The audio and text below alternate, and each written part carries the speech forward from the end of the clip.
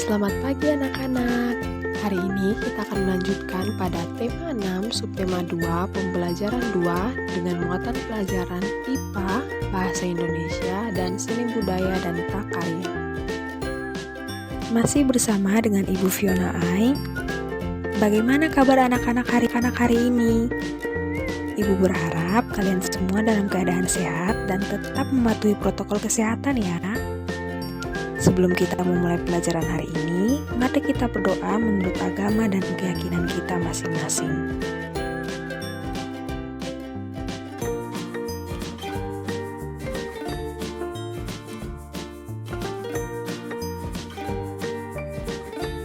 Muatan pelajaran yang akan kita bahas hari ini adalah IPA, Bahasa Indonesia, dan Seni Budaya dan Prakarya.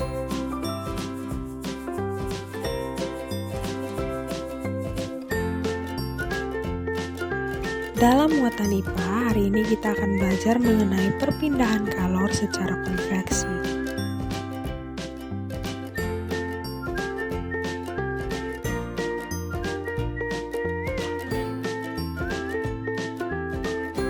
Apa itu perpindahan kalor secara konveksi? Perpindahan kalor secara konveksi adalah perpindahan kalor yang disertai dengan perpindahan zat perantaranya. Umumnya, peristiwa ini terjadi pada zat cair dan gas. Zat yang menerima kalor akan memuai dan menjadi lebih ringan sehingga akan bergerak ke atas. Saat zat yang lebih ringan tersebut pindah ke atas, molekul zat yang ada di atasnya akan menggantikannya.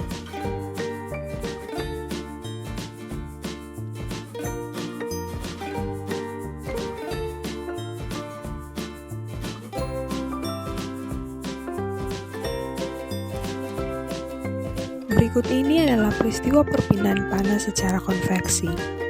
Yang pertama, perpindahan panas secara konveksi dapat diumpamakan dengan kegiatan memindahkan setumpuk buku dari satu tempat ke tempat lain.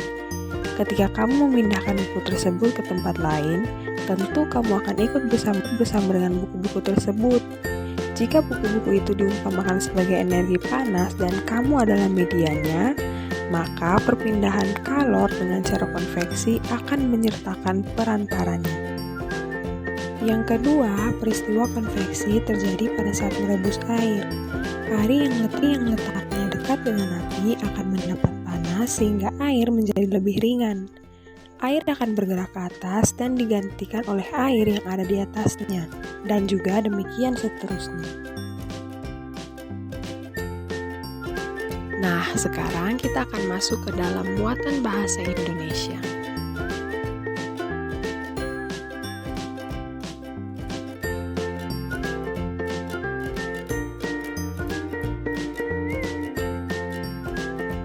Kita akan mengidentifikasi hal penting dan membuat peta konsep.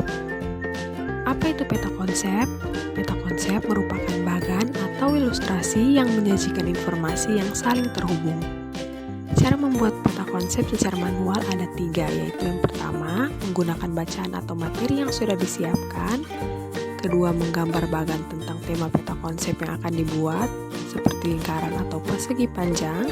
Ketiga, masukkan materinya ke dalam bagan yang sudah dibuat. Sekarang kita akan belajar cara membuat peta konsep secara digital. Yang pertama, cara menggunakan laptop dan memanfaatkan aplikasi Microsoft Word atau Microsoft PowerPoint. Yang kedua, memilih fitur Shape. Dan yang ketiga, bisa menambahkan gambar-gambar yang berkaitan dengan materi untuk lebih mengingat penjelasannya. Berikut ini merupakan contoh peta konsep.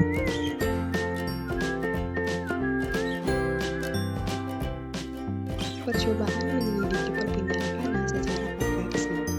Alat dan bahan: panas ganas air panas, es batu, air matang suhu ruang untuk membuat es batu, 1 buah kantong plastik berukuran kecil, 1 buah karet gelang, dan yang terakhir pewarna makanan.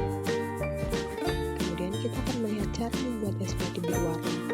Yang pertama, campurkan setetes pewarna makanan ke dalam air matang suhu ruang. Kemudian masukkan air yang telah diwarnai ke dalam kantong plastik. Ketiga, ikatkan plastik tersebut dengan karet gelang. Dan yang terakhir, masukkan kantong plastik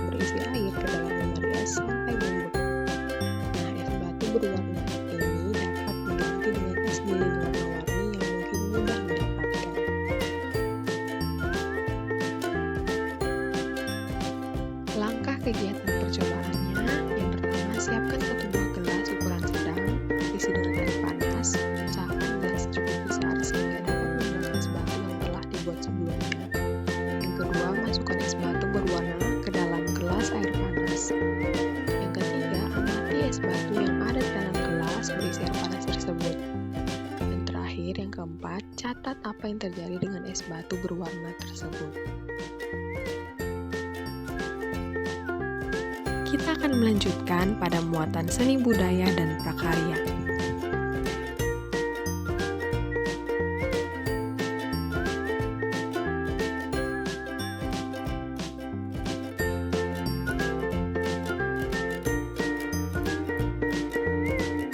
Apa itu pola lantai? Pola lantai merupakan garis yang dilalui penari pada saat melakukan gerak tari. Pola lantai ini dilakukan oleh penari, baik penari tunggal, berpasangan, atau penari kelompok. Ada dua jenis pola lantai, yaitu pola lantai garis lurus dan pola lantai garis melengkung. Pola lantai garis lurus terdiri atas pola lantai horizontal, vertikal, dan diagonal. Pengembangan pola lantai lurus dapat berupa pola lantai zigzag, segitiga, segi empat, dan segi lima. Pola lantai garis lengkung dapat dikembangkan menjadi berbagai pola lantai di mana pola lantai itu antara lain berupa lingkaran, angka 8, garis lengkung ke depan, dan garis lengkung ke belakang.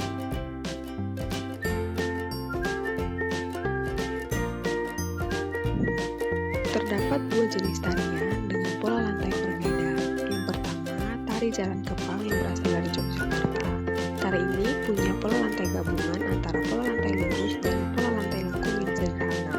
Pola lantai yang digunakan pada tari ini antara lain pola lantai melingkar, garis lurus ke depan, dan garis horizontal.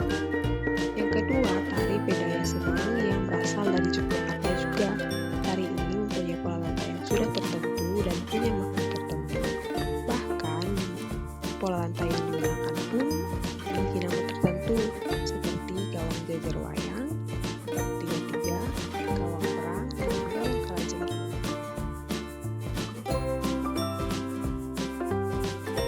Sekian pembelajaran hari ini. Semoga dapat bermanfaat untuk kalian semua ya. Tetap jaga kesehatan dan tetap semangat. Terima kasih.